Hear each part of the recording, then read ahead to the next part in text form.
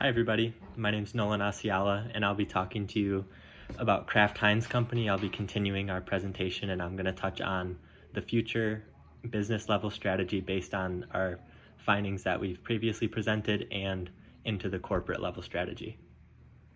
So on the future business level strategy slide, as you can see, we think that Kraft Heinz should focus on moving forward that they should be customer intimate rather than operational excellent. So we think they should shift their business level strategy up towards responding to customers. And to do this, we think that they should shift resources to focus on marketing and meeting customer needs rather than where they're at trying to be as efficient as possible and cut costs, which has been shown in their past few years. That's been their focus, is cutting costs. And then moving on to the next slide, we think their competitive response to shifting their business level strategy would be to cut some of their poor performing product lines and focus on their stronger ones, and also shift more resources to the United States as they're one of the higher performing regions, as I'll touch on in the next slide, and also allocate more money to advertising. Since they'll be focusing so much on meeting the customer's needs, they'll need to convey that to the customer, that they're really focusing on bringing them better products and matching what they'd like to see come from Kraft Heinz.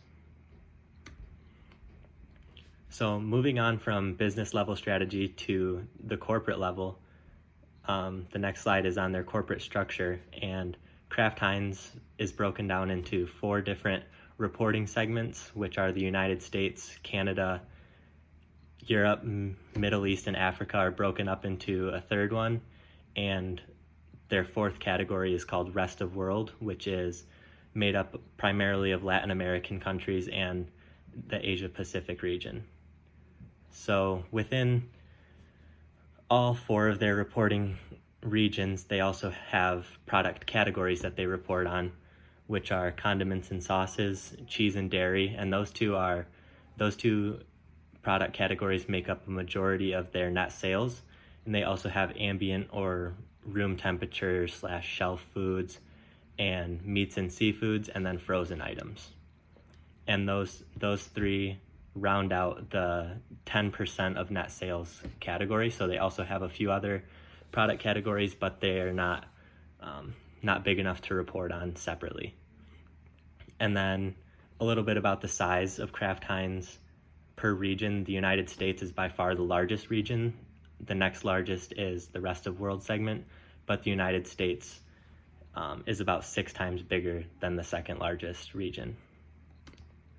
So then touching on their corporate level strategy, now that you know kind of how it's broken up, they follow a concentration strategy. They don't have any diversification. They focus only on food products. So all within the same industry, which is the food production.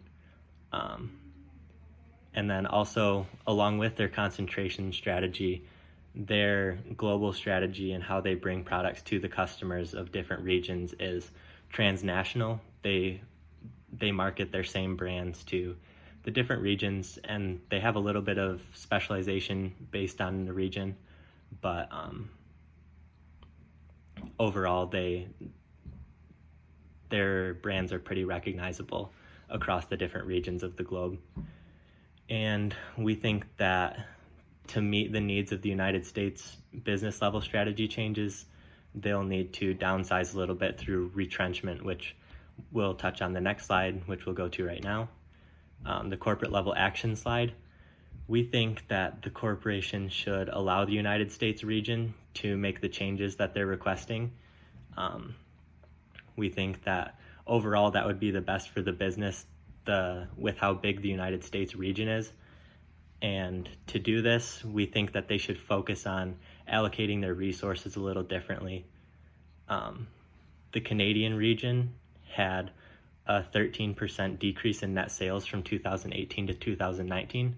So we think if they focus on shifting resources from Canada to the United States, they'd be able to meet their needs for changing the business level strategy. also focusing on their better performing and higher percentage of net sales product categories, which, as I mentioned, were condiments and sauces and cheese and dairy. By doing this, we think they can allocate resources from the worst performing regions and product categories to focus on investing in research and development and marketing for the United States high performing product categories. And that's the last of our slides. So thank you for listening to our presentation on Kraft Heinz Company, and hope you enjoy the rest of your semester.